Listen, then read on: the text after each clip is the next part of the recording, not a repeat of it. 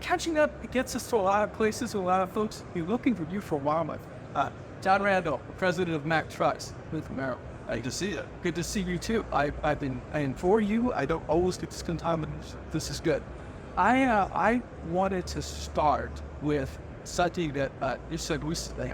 I'm about to electrify program. The idea of doing all in for the links, but let's just focus to say this, whatever tool you got, sure. You slow to catch on. You kind of caught people off guard with this today, today, but what's the idea that they haven't raced to sign up yet? But I think there's a couple of things. Number one, the whole concept, first of all, as we developed it with our Mack Financial Services, was to de-risk the adoption. Because we felt like that was a lot of the concern of people is, what do I do with this truck? What do I do with second life batteries? I don't understand residual values at the intervals. What am I sitting and I'm done with? And it's okay. We know that selling the battery electric truck is not just selling an asset anymore, but it's selling the entire suite of services that surrounds it. How do we do that in a way that takes concern of not only away from our customers, by the way, but also from our dealers, right? And so in developing the program, I'll get to your question. In developing the program, we said, all right, let's just completely remove all the risk, right? So the program includes truck, it includes the body, it includes physical damage insurance, it includes the charging station, not the infrastructure, but the charging station.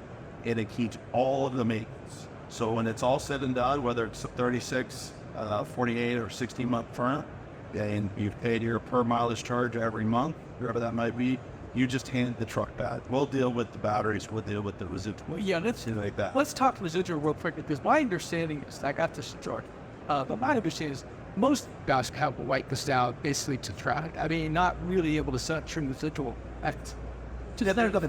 Yeah, and so, when we look at the residuals, we set it to a point that we think gives some economic viability to the customer who's running it.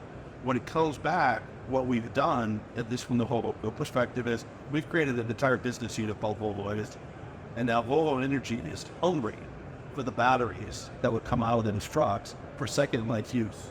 Whether it's battery management systems or however they might use that, and depending on state of charge, we could still use it, release that truck potentially to somebody else, put it in a rental fleet, and or switch out the batteries. This is that circularity the Volvo talks about, right? And this is, but then also finding second use life for the batteries, right? Because there's still a lot of life left in it. So that's what Volvo Energy does. And so we've already got an agreement with them that any of these trucks that come back, we'll take a look at the battery, we'll take a look at the life left.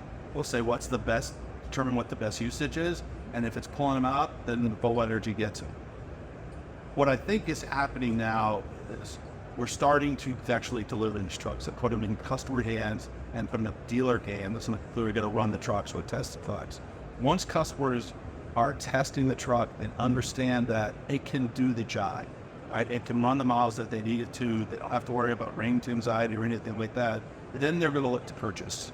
And then they're going to look at the different courteous options. And I think that the first thing that I'll look at is going to be the electrify. Let's say, okay, let's remove all of this and not have to go take the risk. And I think at that point, we'll start to see a higher acceptance of the electrify program. As I said, it's a lot of interest. I think it's one of the only of its kind out there program that de-risks. And our sister brand just announced it this week. Yeah. Just to say about it.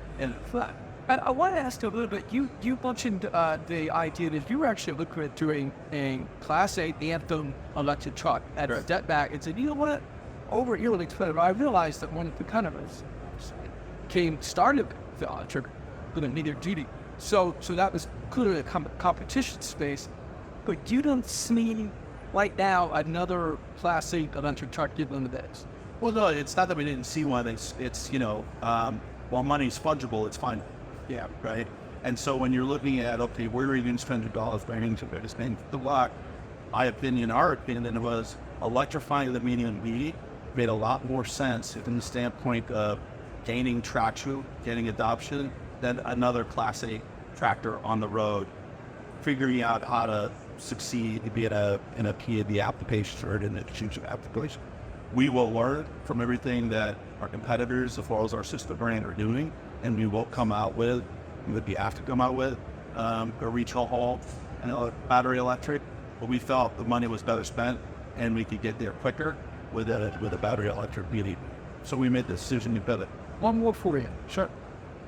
The LR electric reference, I mean, it's a huge competitive space. You got, obviously, you know a little bit about the gas to go. You got electric coming out.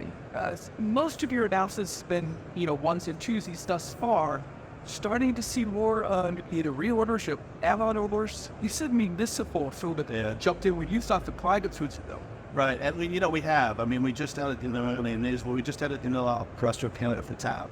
Right, we got another deal in Far 5. We're putting in some in the southeast, in 4 batches of 5. So that people are starting to see that those who have been running it are seeing some success with it.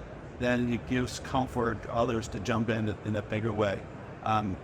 The expectation, I was on a panel this morning and I said, I think our exuberance outweighed or surpassed the market's exuberance. But that's not the first time it happens. But I think they're now catching up to us.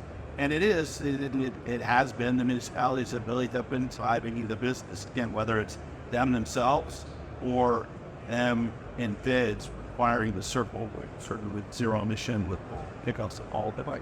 So we are starting to see broader adoption, not at the pace we'd like, but we are seeing it. And the application still in my mind makes perfect sense. Closed drive, heavy stop and go, 2,000 unique stopping instances every day. Right? That's all regenerative braking. Comes home every night to the same depot. Runs within an urban environment. The routes are set Monday through Saturday. Right, and so everybody knows on what day they're going to do it. But know the routes, right? You can map them, you can tweak them if you need to be able to meet the needs. To see how fitting into reference because of what you just said about weight, power, homes, and they're certainly interested, right? Now we're not going to block anything out. Okay. Whatever makes sense. I like what I like until a customer likes something different than I like that. It doesn't mean that it's always the right thing, but certainly we're going to look at it. And there are customers who have talked to us specifically about fuel cell electric in reference to this. And I know some are testing systems, so we're very close to that, trying to understand how it works. What is the weight penalty of an SMED versus a battery electric? What's the cost? And how it's all work. We believe that with an FCEV, you're going to get better weight, right? And maybe, we're going to be able to get a full 10 hours, 1,200 pickups, and 10 tons, but I don't know that you get 10 tons. Right? So these are the things that will continue to investment. We will be requesting on that. Yeah, thank you so much. I appreciate it. Good to see you. You as well. Great to catch up. Yeah, thanks for coming by. Amen.